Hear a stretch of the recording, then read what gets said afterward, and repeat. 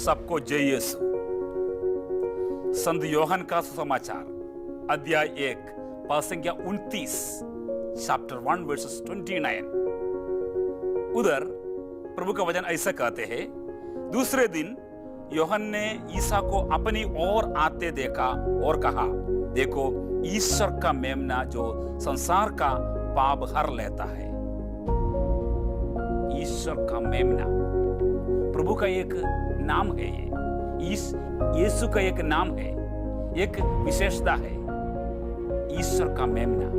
ये मेमने को हम पहले बार निर्गमन ग्रंथ में देखते हैं। वैसे हम जानते हैं कि इजिप्ट लोगों का जो ये मिस्र देश का जो गुलामी से छुटकारा मिलने के लिए प्रभु ने उन लोगों को ये उपाय दिया कि एक मेमने को काटना है, एक मेमने को काटना है और उसका रक्त आप लोगों का घरों में, आप लोगों का घरों का चारों ओर फैलाना है और आप लोगों को मुक्ति मिलेगा।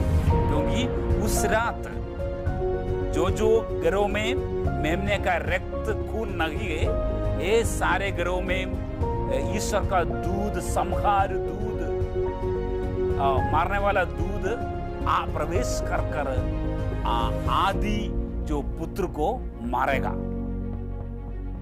इसलिए इस्राएल लोग प्रभु के वचन के अनुसार मेमने को काटकर उसको खाया और रक्तों को घर का चारों ओर फैलाया। प्रभु का वचन के अनुसार करने से उन लोग मुक्ति प्राप्त किया। ये जो मेमना निर्गमन ग्रंथ से प्रभु उसका परिपूर्णता संत योहन का समाचार अध्याय 1 पद संख्या 19 के द्वारा हमको देते हैं। ये क्या है? असलाई में ईश्वर का मेमना प्रभु यीशु है। ये जो निर्गमन ग्रंथ में जो हुआ संभव एक प्रतीक था, लेकिन वास्तविक में प्रभु यीशु है सच्चा ईश्वर का मेमना। ये ईश्वर का मेमना का प्रथम प्रदान कर्तव्य ये कि हमें पापों से मुक्ति दिलाना। यीशु का रक्त, प्रभु यीशु मसीह की खून द्वारा हमें सारे पापों से मुक्ति मिलती है। क्यों? क्योंकि प्रभु यीशु मसीह में पाप नहीं है। यीशु मसीह का खून का प्रत्येकता, सविशेषता क्या है? बाकी सारे व्यक्तियों का खून से प्रभु यीशु मसीह का खून में क्यों इतना शक्ति है? क्यों यीशु मसीह का खून को, रक्त को शैतान सारे दुष्ट शक्तियों डर जाता है? क्योंकि प्रभु यीशु मसीह में पाप नहीं था। ये निर्दोष था, निष्कलंक था। उनमें कुछ दोष, कलंक, पाप नहीं था।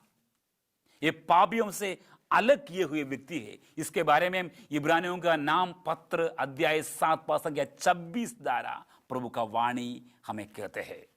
ये पापियों से अलग किए हुए व्यक्ति था, उनमें कुछ पाप नहीं था।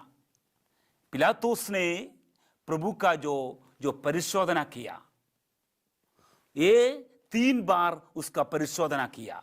उसके बाद बोला इसमें कुछ पाप, कलंक नहीं है।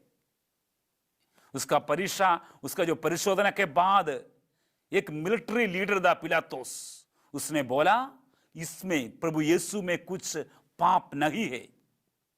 ऐसे प्रभु का खून में शक्ति और मुक्ति है।